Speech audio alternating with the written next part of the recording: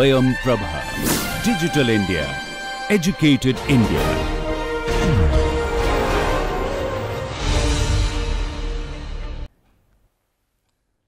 Hello everybody.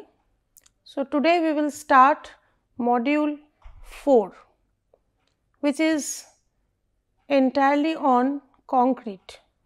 Now more or less you all are aware of what is concrete as a not as a student of architecture, but as a general observer.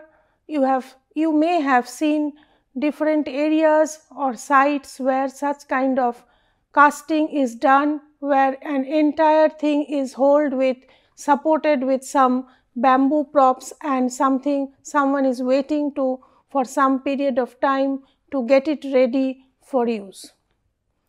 So concrete is again another building material which we all need to know as architects, and the beauty of it is it can be given any kind of shape which you as an architect desire.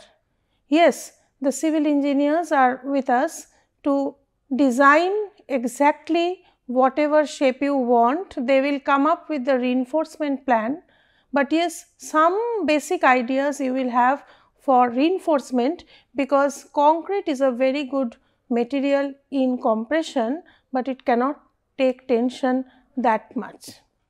So if we look into this particular lecture, we will try to cover what is concrete, the basic constituents of it, use of concrete, and particularly making of concrete. Now why do we discuss what is concrete first instead of going to the details of its ingredients? We will go to its ingredients one by one in the later lectures of this particular module, but presently we will deal with what is concrete and what are the major points of making it, because that is also a very important part in the entire process. So we will start with telling that concrete is a man-made composite consisting of hard, chemically inert materials, that is known as collectively aggregates, which again has two parts. One is fine aggregate, other is coarse aggregate. Now this fine aggregate usually refers to sand, and this coarse aggregate usually refers to the gravels or the stones of a particular dimension.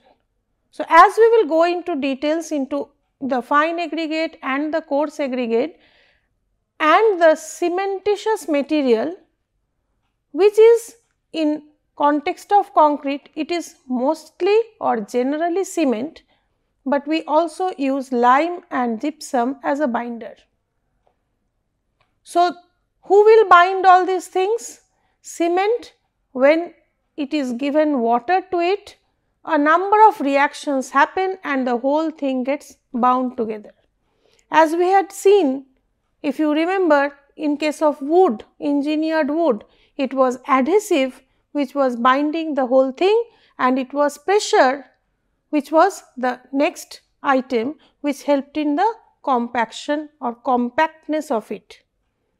So here also you have your raw materials, and you can actually make the concrete which is called unset or raw concrete.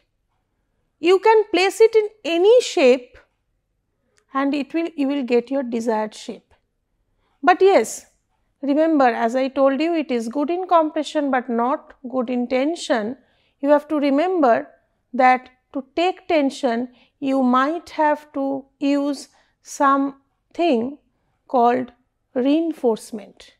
They can be metal bars, they can be mesh, means metal mesh, it can be even bamboo as reinforcement. So reinforcement is the stiff, you are adding something which will take the tensile force, which will be capable of taking the tensile force.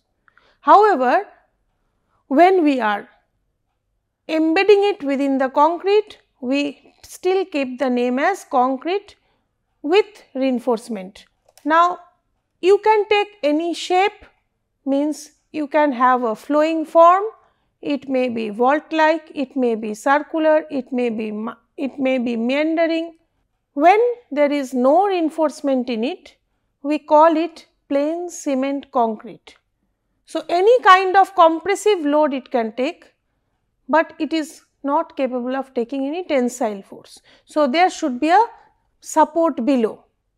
Usually, you will have this kind of flooring on the consolidated ground at the plinth level, and it forms the ground level support, ground level floor. Concrete with reinforcement, there is a mistake here. So, printing mistake, concrete with reinforcement, not without, with reinforcement, that is called reinforced cement concrete or RCC, and these are used when you need to span between two walls, the floor plates of the building, first floor level, second floor level, third floor level, the floor slabs, which is of regular use for any kind of building structure, which we see quite often. Even the floor on which I am sitting, it is a reinforced cement concrete slab. The roofs, yes, roofs may not have further floors, so it may have different shapes. The staircases through which you are moving up and down may be partially of reinforced concrete, and it may be entirely of reinforced concrete. So, these are the major areas where we see the use of reinforced concrete. These are some pictures. You see concrete being cast in the first floor. You can see something very raw, which is here, which is not set, it is little messy item, and within through the reinforcement it is being placed. So, the reinforcement is a separate entity, but this mix is a concrete mix. Here you see a free flowing form supporting the staircase, and it is entirely made of concrete. So, the staircase is winding up. So, that particular shape in that curvature, it has been cast. That means, this raw concrete has been placed in a support which showed like this, and once this concrete got set or consolidated, the support has been taken off. But more regularly you see concrete application in such kind of structures, where you can see the floors are made of concrete, even the parapet walls are, the weatherboards, up to the sill level, many items are made of concrete.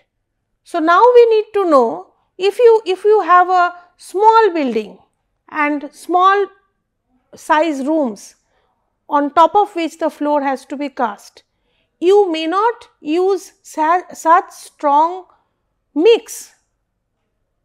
You can go for lesser strength mix, because you do not need more strength. But if you have a huge casting, huge span, that is distance between two supports, then you might have to use much stronger concrete, that means stronger in compressive strength. So, being man-made, you can alter its proportions, and hence you can change the strength. So, it is not only one kind of concrete existing. Obviously, there would be a minimum and a maximum strength, and if we will come down to the list, it will be 10 Newton per millimeter square to 80 Newton per millimeter square of compressive strength. So, on mixing with different proportions of the fine aggregate, the coarse aggregate, the cement and the water, we can get different strengths of concrete. So, let us try to look into it, where again the important point is they are needed to be tightly packed and bound by cement and water, that is the slurry, resulting to the concrete of different strengths. We have generally M15 to M40 as standard concrete, below that M20 to M40 as standard concrete, M10 and M15 are lean concrete, and 45 to 80 we have high strength concrete. Usually for our buildings we vary between 20 to 40. So, we need to know the proportions, where you see all the first ones are 1 and that accounts for the cement. So, cement is 1, that means against 1 unit of cement you are using 1.5:3 of fine aggregate and coarse aggregate. Then you see M25, it is the amount of cement and the amount of fine aggregate is same, and double the amount of sand or cement is the coarse aggregate.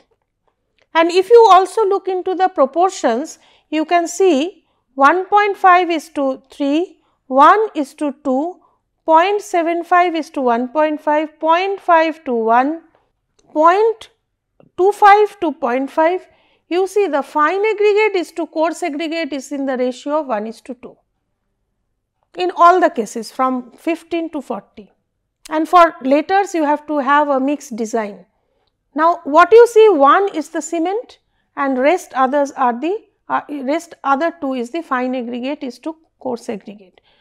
So, this means 1 is the mandate, that is against 1 bag of cement, as we have large volumes usually of concrete mix, it is a bag of cement which is the unit, and 1 bag of cement is 50 kg of cement, and it can also come in a particular volume, we will come to that. But M refers to the mix and the value against it refers to the strength of 150 cube of concrete in Newton. So, for qualitative terms we can say low strength cement, medium strength cement, high strength cement. But finally, it is cement is to sand is to coarse aggregate which makes the variation.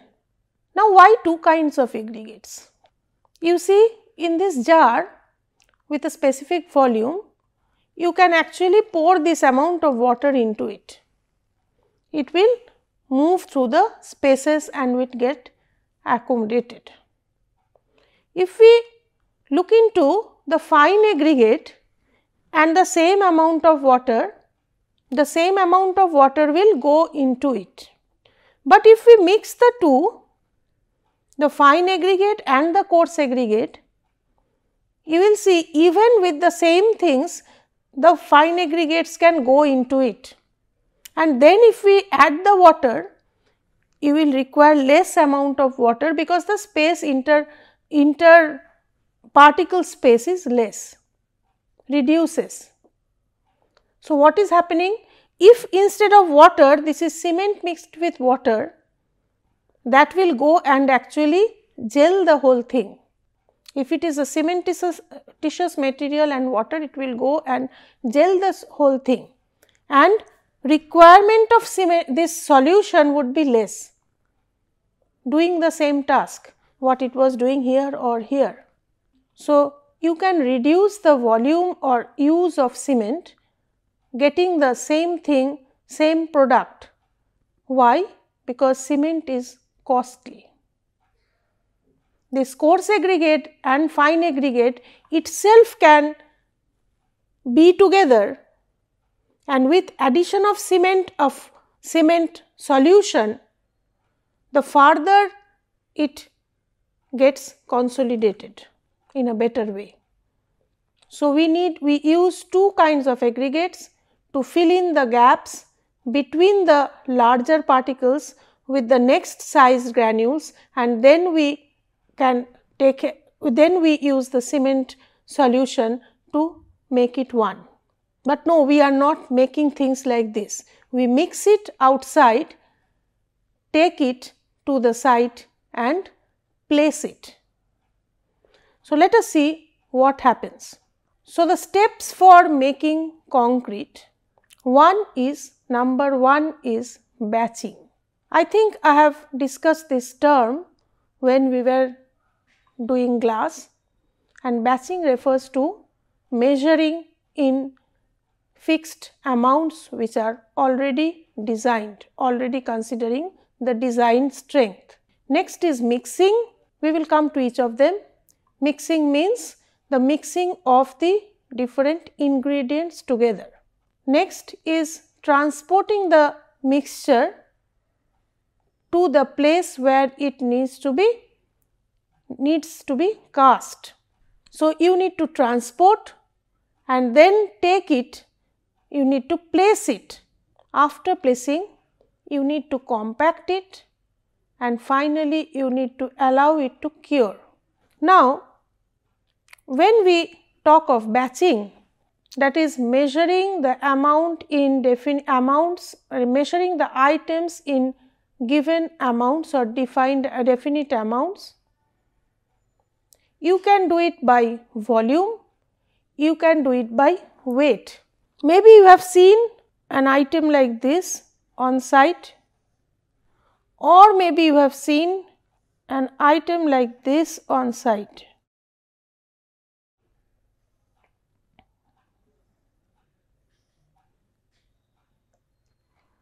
So, there may be these may be two bamboo. This is made of, this is a sack which is called the gauge box, and this is a kind of container which contains a specific amount, and this is a kind of measure like a spoon. So, this actually can contain 50 kg of cement.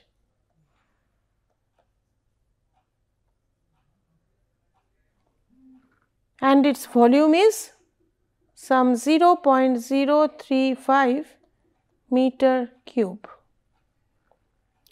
So, one bag of cement, as you remember the proportion, it was one bag of cement versus one bag of fine aggregate, 2 bags of coarse aggregate, or whatever is the strength required. You will have to take amounts considering the gauge box as your unit or the vessel or the container as your unit, and you can carry on. What is the problem here? Here you are not taking things by weight, you are measuring it by volume. Weight batching is considered to be more precise, where actually weights are taken. This ratio is taken as per weight, and it is done by using the weighing machine. Another is automatically done when it is large scale construction. You can have a batching plant where the items are coming out in definite proportion. You are only using an electronic board where you are entering your data and the mixing is happening and the concrete mix is coming out. So, you have to understand what is the scale of operation, how big is the site. If it is a small residence, you can do it by gauge box. You can go by volume batching. But if it is a large scale construction, you can go for mix, that you have to buy the mix against as per the order. So, let us come to see the mixing. Here you can see it is a small scale domestic operation where you can actually mix the items when the coarse aggregate is laid below, on top of which the coarse aggregate is placed below at the lowest layer. Then on top of it is sand, again coarse aggregate, again sand, again cement spread on it, and at the center circle is made. So, this is coarse aggregate, this is fine aggregate or sand, this is coarse aggregate, and again on top of it, it is cement, and you are digging up a kind of hole. So, this takes a shape of a trapezium, and you are trapezoidal, and you are putting water to it. Now, this water is to be measured. We will come to that later, but you have to measure the water and you have to put it here, and then it is a manual operation of mixing the whole thing. So, you can see the picture now, the manual picture, and below it is a little large scale construction where labor may not be that cheap, or you can manage to order this machine and you can use it, hire this machine and you can use it, and you can get your mixing done, avoiding the manual part. So, these are the two ways, and obviously this will happen very near to the site, and transporting it will be not so difficult. You have to carry it from the point to the level where it is to be transported. Whereas, you see here a ready mix machine where you need to transport it to site in 1 hour. As you had seen in the batching plant, it can actually take orders from several points, and it can actually supply the mix to the as per the order, but they are to be transported. So, this is the vehicle to transport, and it should be done within 1 hour of the construction, or 1 hour after being made to the construction site.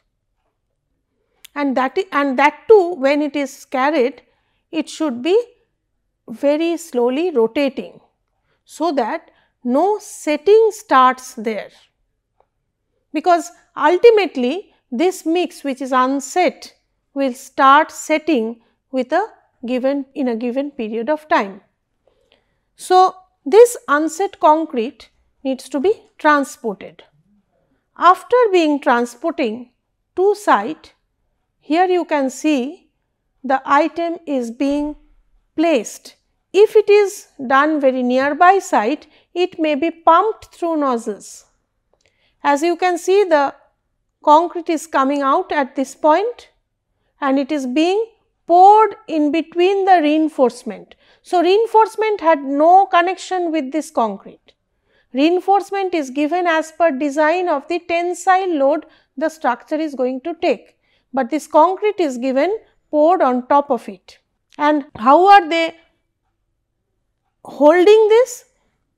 It is a shuttering there which is supported by props, steel props. You can see these steel members, these are the props which is holding the shuttering in place. This is the shuttering onto which this entire mass is being poured.